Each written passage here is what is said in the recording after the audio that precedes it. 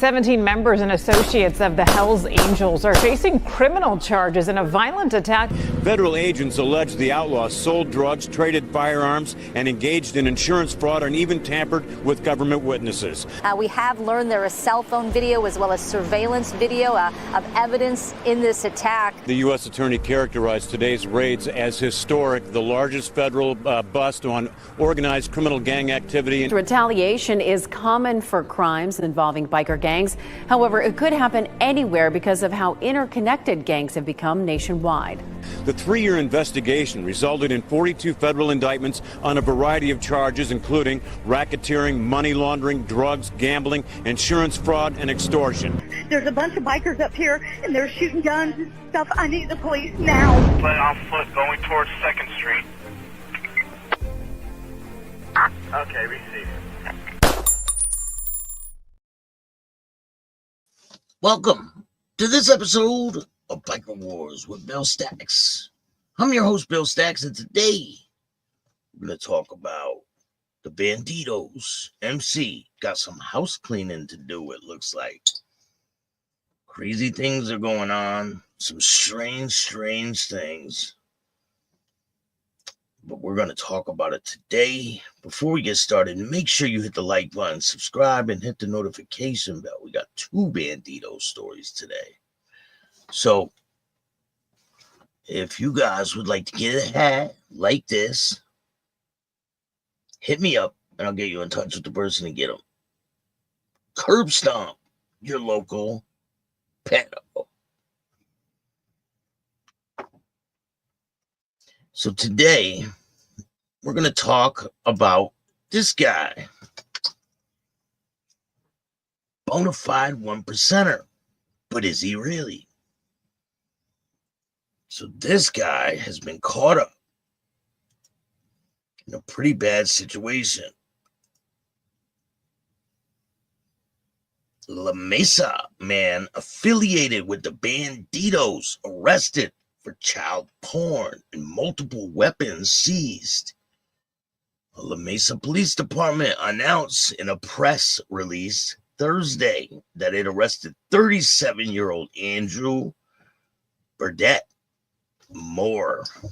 Andrew Moore, a first-degree felony charge of possession or promotion of child pornography with intent to distribute.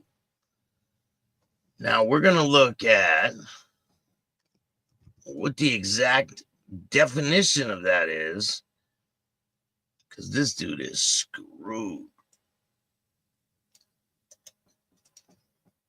And I don't know. I don't think the Bandidos accept people like this.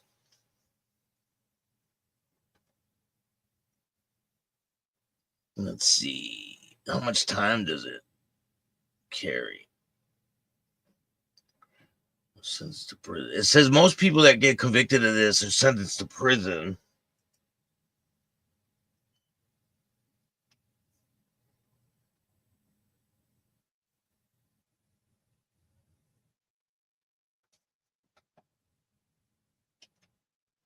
So you guys know that 99.1% of offenders are sentenced to prison, an average of 104 months in prison. So, they had a warrant. Lamesa PD on Monday, officers executed a warrant on Moore.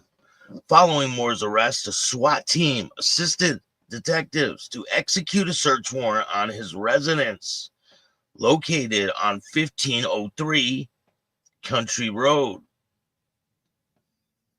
The Lubbock Texas Gang unit assisted due to Moore's affiliation with the Bandido Motorcycle Club. The press release said during the search, multiple weapons, gang memorabilia, electronics were seized in connection with current investigation.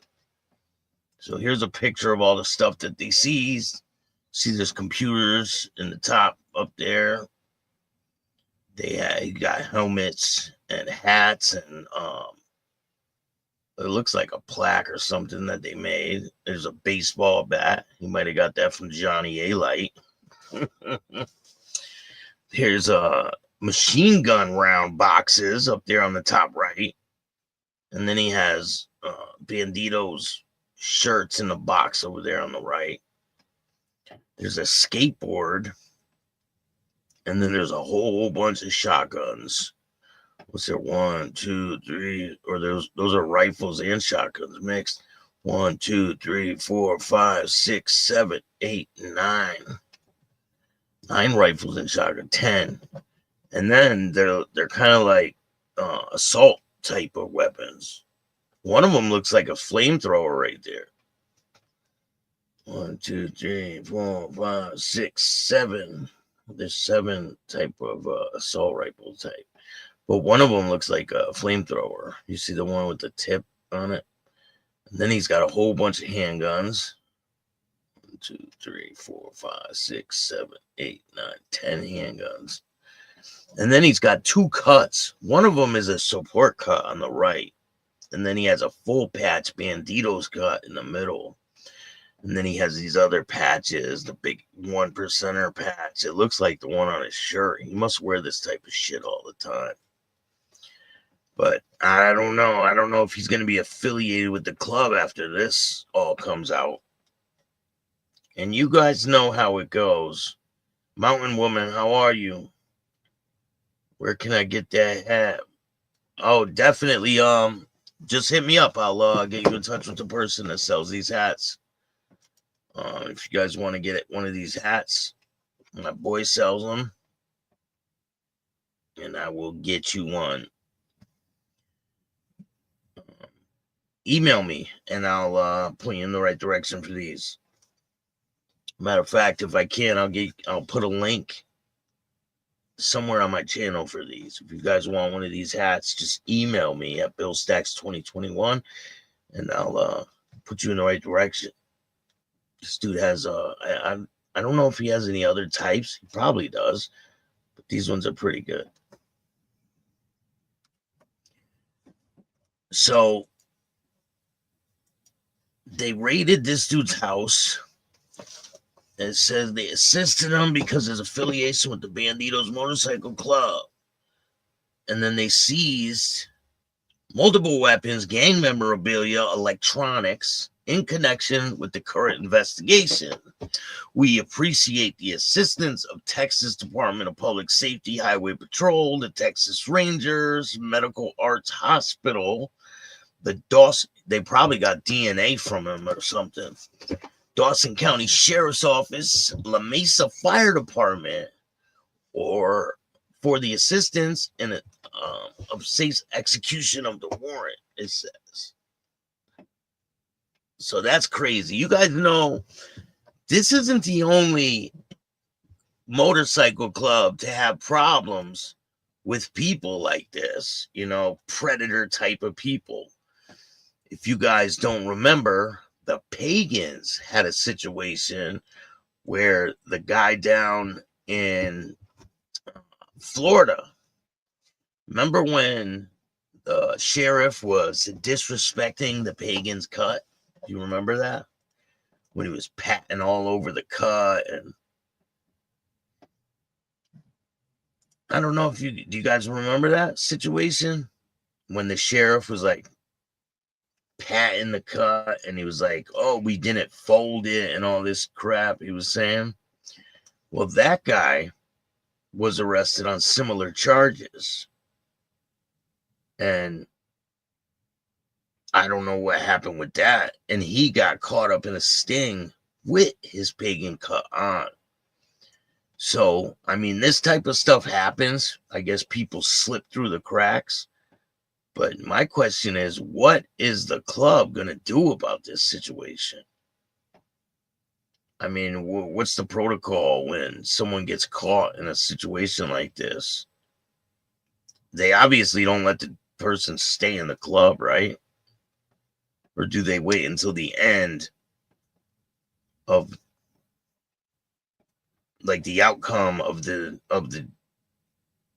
court case to find out what's going on? Or would they just cut ties with them altogether. Like, it doesn't matter if you get arrested for something like this. Do they keep them around until the end of the court case, or do they cut ties with them immediately? You know, that's what a lot of other things would do. Like, professional places would cut ties with them regardless. They wouldn't wait around to see if the charges stuck or anything like that. They would cut ties immediately and be like, too bad, oh so sad, see you later, kick them down the road. But I don't know. This is a really bad look for the Bandidos Motorcycle Club, having a person like this get caught. Let me give a couple shout outs. Chris, what's up, man? How are you? Shout out to Hatchet. Hatchet says he's done. So loud, what's going on? Much respect from the Boondocks in North Carolina. Shout out to North Carolina. Lindsay, how are you? Good afternoon, Stacks, and everyone. Remember to smash that like button. Definitely. Thank you, guys. We have reached another milestone in the whole YouTube community. We're working our way to 15,000 subscribers. We just hit, I forgot the exact number, but we did just hit a milestone. Hold on, I'll tell you right now. I think it's 14,639. So we're about to have 14,700. We're working on that. And then, you know, next thing you know, we'll have 15,000, and we'll just keep moving up. Every day we're progressing. So there's another situation with the Bandidos that we're going to talk about. Hey, War Gorilla, how are you? Shout out to you. Thanks for joining me today. Appreciate it. My niece is a recent victim, and then police are protecting the creep. That's crazy. Well, hey, let me know. We could do a story about it, and I'll put him on Front Street. This guy is an absolute predator. And I don't know. They must have a lot of evidence if they're parading him around like this. They seized all his electronics. And listen, I don't mind putting people on blast. I have no qualms about it at all. You know. Matter of fact, there's some pretty high up people in Connecticut that I have something will absolutely destroy their life. And yeah, I might drop it. I'm thinking about it. I interviewed someone in a pretty high position in Connecticut, his ex-wife, and I don't know, I've been wrestling with the thoughts of dropping it, but I think I will. I have to imagine that MC will handle it internally far harsher than law enforcement. Far harsher than law enforcement, if this is true.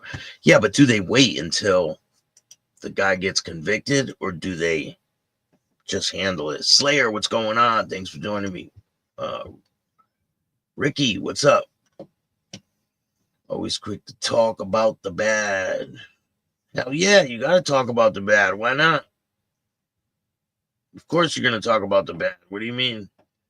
You think someone gets arrested for some shit like this and we're not supposed to what, talk about it?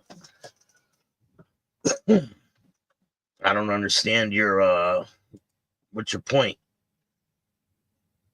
Yeah, we're going to talk about the bad. We'll talk about the good too. If they do something good, we'll talk about that too. But I don't see anything good recently in the news. Absolutely nothing. I see all bad shit in their future. Nope, he is done, Stick says. What's good, Stick? Nah, he's supposed to be out of there right away. Oh, so they don't wait. They don't wait until to see what happens with the court case. It's automatic. You're booted. So we got another case that we're going to be talking about today with the Bandidos. So this case is former Marine and high school ROTC instructor granted bail in Bandido's federal case. A U.S. magistrate judge granted bail on Thursday for former Marine and Junior Reserve Officer Training Corps, or an ROTC instructor accused of assaulting and attempting to rob a man, whom prosecutors say was a rival of the Bandidos Motorcycle Gang. Marcel Lett, 56, was set for release Friday morning on an unsecured $75,000 bond. He will be placed on home confinement with a GPS monitoring. He will be allowed to go to work, meet with his lawyer, and attend church if he chooses. If Lett violates the conditions of his release, he'll be required to pay the full amount of bond, which is $75,000. During a Thursday hearing, Assistant U.S. Attorney Brian Black argued that Lett would pose a risk to the public's safety if allowed to remain free on bond until charges against him are resolved. However, the U.S. Magistrate Judge Richard Barnett, while acknowledging the seriousness of his charges, found that Black had no substantiated claim. Barnett also considered arguments presented by Lett's court-appointed defense attorney, Richard Konansky, who contended that if Lett were truly a danger to the community, he would likely have been arrested and charged years ago when the alleged assault occurred. Barnett's decision followed the reading of Klansky of several letters of support for Lett, including one from a former student that described him as one of the most kind, compassionate, supportive people he has ever met. The student also mentioned that they still keep in touch with Lett. According to his LinkedIn page, Lett has worked as a junior ROTC instructor at Ridge Point High School in Fort Bend for the past decade. Fort Bend Independent School District did not immediately respond for requests for comment on whether Lett is still employed by the district. Website listing Lett's employment appeared to have been deleted from the district's website. Lett, a decorated former Marine who has deployed overseas at least 10 times, is among 14 men arrested and charged last week by federal authorities in connection with a 6-year-long racketeering investigation into the Houston chapters of the Bandidos Motorcycle Group. Authorities allege that the group was responsible for murders of at least 2 rival gang members and attempted murder of 3 others. Lett faces assault charges in aid of racketeering activity in using and carrying, brandishing, discharge, and possession of a firearm during retaliation of a crime of violence. Crimes that could result in a lengthy prison sentence. The charges stem from an altercation between a group of bandidos and 3 other men they considered rivals at the Hog Stop Bar and Grill on September 26, 2020. According to Joshua Lyons, the investigator for the Texas Department of Criminal Justice Office of the Inspector General and the FBI Task Force officer, the bar in Northeast Harris County, now apparently closed, was hosting a bikini contest and motorcycle washing contest that evening. 3 men identified as members of the Brother East or Beast Motorcycle Club were among the spectators. Originally formed as an affiliate of the Bandidos, Brothers East broke away in 2019, leading the Bandidos to declare war on the group, according to Lyons. Several banditos were present at the event and called for reinforcements when they spotted the Brothers East members. Lyons testified Lett was among those who answered the call for backup. Lyons further testified the motorcycle groups often claimed bars as their turf. And right there is a huge mistake for these clubs. To claim an area as theirs, that is no bueno. The police will use that as that you guys are, any club that claims a certain territory, the police will use that as you are trying to monopolize criminal activity, especially if you try to claim an area as your own. And they consider that gang type of shit. And it's really not good. John Peffer, the then sergeant of arms for the Masancheros, another Bandito support group, also responded for the call for backup. In the Bandito, sergeant in arms is a high-ranking member responsible for enforcing rules and discipline within the group. Peffer, who would later become a chapter president of the Welcome to Hell Banditos chapter, spoke with Adam Burns, one of the Brothers East members, before allegedly punching him in the face. Other banditos rushed in, causing Burns to fall on the ground in the bar, unpaved parking lot. Burns was then kicked and beaten in the altercation, captured on surveillance video, and by a photographer present for the contest. So a photographer was there to capture the bikini and the motorcycle washing contest, and he recorded all this. And if I can get the video, then trust me, I will, and I'll show you guys. I'll have to put it on Patreon because they won't let it go on YouTube. But if you want to see some exclusive content of different motorcycle clubs going at it, go check out Patreon. They're on there. The altercation captured full surveillance video, and the photographer was present for the contest. Lyons testified that Lett was among those who kicked Burns. Approximately 30 to 45 seconds after the altercation began, shots were fired. Burns was struck 6 times. 5 of them hit him in the back. Lyons testified that Lett's co-defendant, Roy Gomez, was the person responsible for fatally shooting Burns. So the guy Burns was killed. Gomez, known as Repo. Hey, he can't take Repo's name. Shout out to Repo. Go subscribe to Repo's channel. Gomez is known as Repo, was charged with Burns' murder by Harris County prosecutors shortly after the shooting. He is scheduled to stand trial in late March. Although he is not facing murder charges in the federal racketeering case, Lett reportedly injured by a ricochet during the shooting. Although it is unclear whether the bullet came from Gomez or Burns.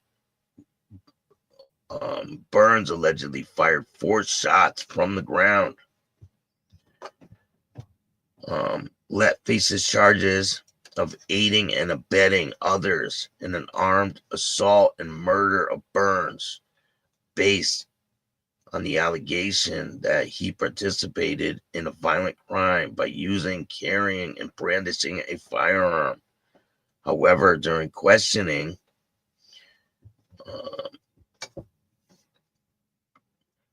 Konansky Lyons admitted that to authorities they have no evidence to suggest that Lett brought a firearm to the bar, knew his co-defendant was armed, or was informed that Gomez intended to use the firearm.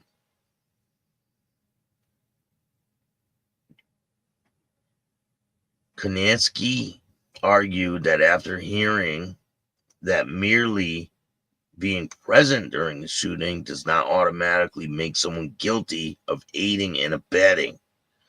The law says that you didn't have to personally do it, but you had to at least know that someone was going to use a firearm, he said. He didn't aid and abet anybody in that shooting. Kalansky was emphasized that while Lett actions were wrong, the federal assault charge seemed disproportionate. Should he have done that? No, Kuklinski said, of Lett's involvement in kicking Burns. But that's Class A misdemeanor in the state court. They are charging him with felonies that could put him in jail for decades. Lett's connection to the Bandidos is complex.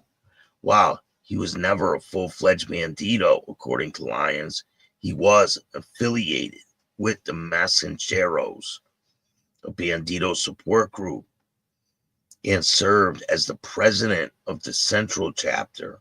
Lett attempted to resign as president because the Bandidos bylaws prohibits black members, according to Lyons, who added that the Bandidos have only had one black member in nearly 60 years of its existence. Lett remained a hang around, so this guy must be a black guy, to the Bandidos, or a prospective member undergoing a trial phase, Lyons said. According to Lyons, Bandidos often started their own involvement with the group by joining support groups like the Masancheros. However, Kuklinski argued that the groups like the Masancheros are misunderstood and that they often engage in charitable work. He cites a letter of support for Lett from Melissa Hamilton, an administrative specialist for the city of Houston, who stated that the Masancheros participated in a Toy for Tots program each year. What does that matter? What does that have to do with anything? What does that have to do with he was in a bar and kicked the guy while he was on the ground? Doesn't make sense. The government throws out the terms of criminal gang. I mean, there are good apples and bad apples, I guess, in any sort of motorcycle club, Kuklinski said, adding that he has not respected a Bandito before. He has not represented a Bandito before. 5 of the 14 charged are free on bond. 5 of the 14 individuals in the extensive federal racketeering case have been released on bond, including Lett, who has the highest bond, $75,000. He also requires GPS monitoring. Michael Dunphy, released on a $50,000 unsecured bond Monday, was a member of the Bandidos for about 10 years and served as a National Sergeant of Arms before leaving the group in 2023, according to Lyons. U.S. Magistrate Yanni Ho granted Dunphy's release, ruling that the prosecutor failed to present clear and convincing evidence that he had ordered Bandidos to assault 14 members of the Graybeards Motorcycle Club in February 2023 at Bambo's Bar and Grill in Tomball. Prosecutors, for their part, contended that Dunphy had issued a smash-on-sight order sometime in 2020 directing Bandidos to assault or kill Brothers East members they encountered. They maintained that this order applied to 2023. Brandon Hantz, the guy that was interviewed on my show, 2-time Survivor contestant, was also granted release on bond. So Brandon is out of prison.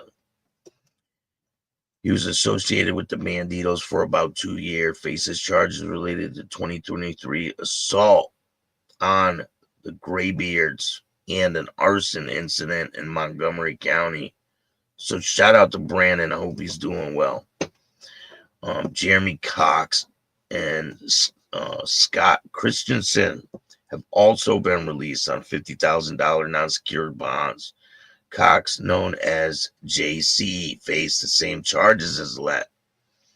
And Christian, allegedly called Skim Man by the Bandidos, is charged with selling cocaine, possessing a firearm. While doing so, that remaining defendant's definition hearing schedule, or the remaining defendant's detention hearing is scheduled for next week after the defense attorney requested a review of evidence. The final two defendants in the case, Darby Henjoisa and John, who's got a weird name, we'll just say John S., both charged with attempted murder, were denied bail in November by Ho, who determined that the nature of the alleged crimes warranted continued detention. So those guys are not getting out. They're going to be there until trial.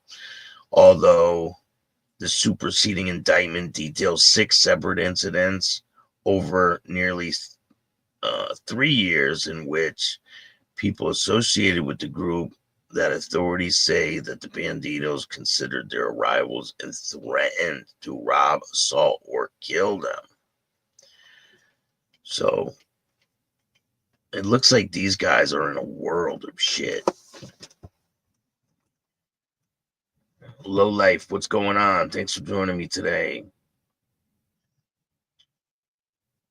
He says, Washington off-duty trooper hit and killed 2 motorcyclists 2 days ago. Trooper was drunk. What? Damn, I'm going to look that one up. That is insane.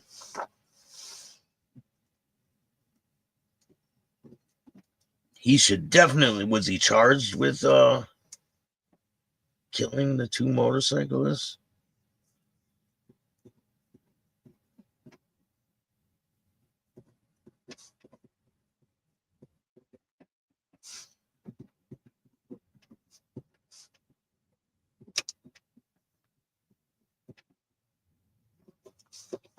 So Brandon's out of prison.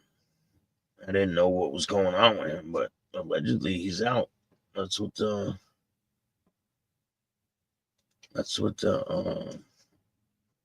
paper says, the news article. So that's a good thing. Their bonds weren't that high. I mean, $75,000 or $50,000 for the crimes that they're accused of. It's really not that high. I don't think. I mean, you would think 100,000 or better is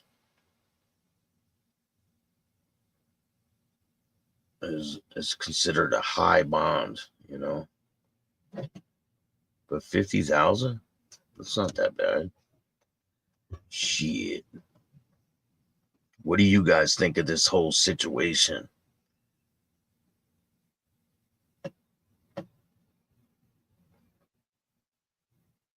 There's a lot of different things that are going on, and it's pretty crazy. I think some people are going to be spending a lot of time in prison.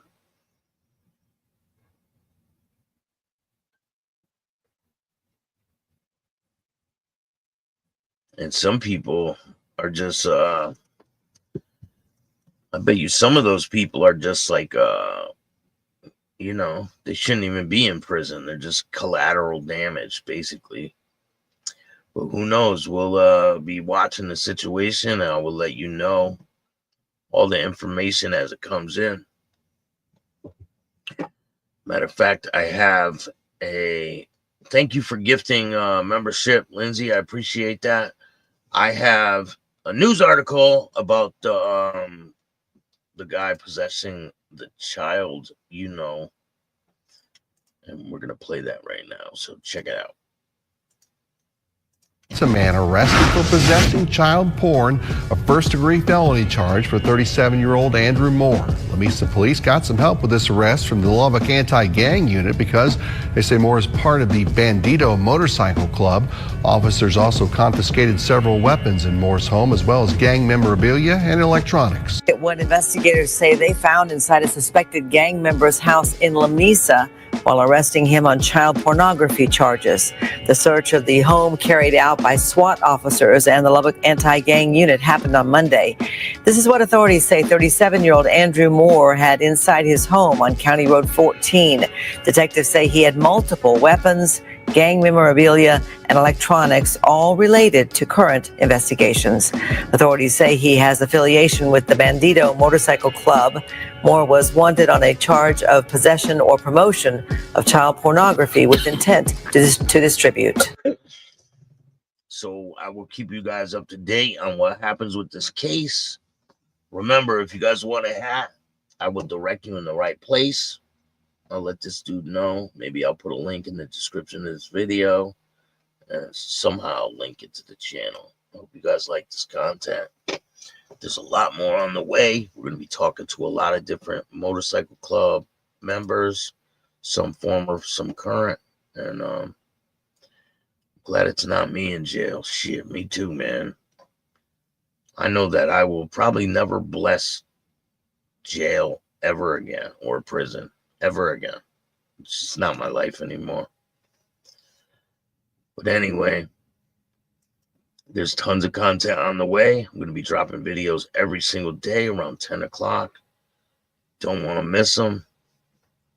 We got the Night Sinners. You guys haven't heard of the Night Sinners. They were a club. They're still a club, I believe, over in Illinois. But this guy Wayne was a member of the Night Sinners back in '79. And he explains how he got involved in a lot of different things. He shows me his old cut and everything. So he doesn't have the patches on it anymore. He had to cut the patches off when he left the club. But still a really interesting story. So you don't want to miss that one. And I have Miklo. Miklo 1%er. This is Miklo 1%er, and I'm chatting with Stacks. He has a really good story. You don't want to miss that one. And, you know, we got Breeze. Shout out to Breeze. We got a new interview with Breeze that's been dropping. Part 5 is tonight, so you don't want to miss that one. It's the final chapter in Breeze's saga. It's pretty good. He talks about when he joined the Brotherhood Motorcycle Club.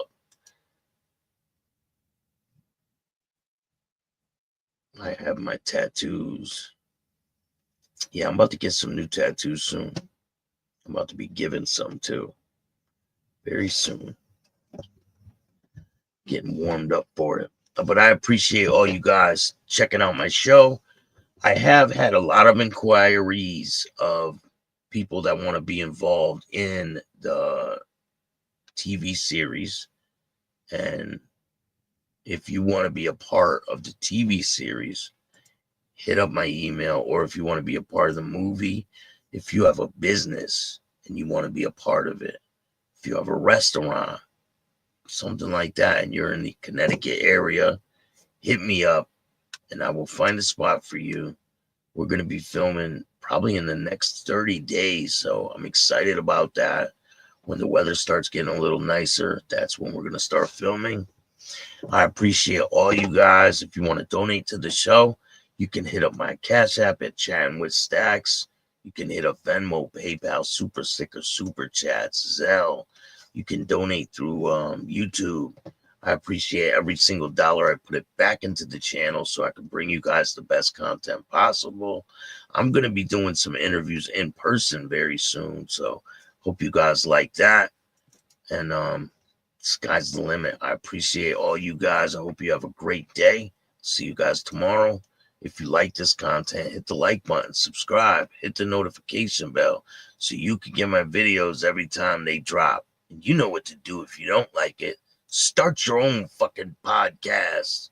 I appreciate all you guys. And remember, don't be a bitch. And all new at 5, a major organized crime bust. 23 people under arrest now accused of stealing guns and cash. Today, police revealed 4 organized crime groups are wreaking havoc. From aggravated robbery to kidnapping, burglary, and more. Let's take a look at this. New pictures from court documents in this case. These are a few of the people who have been charged. And investigators say the money, tens of thousands of dollars, is all stolen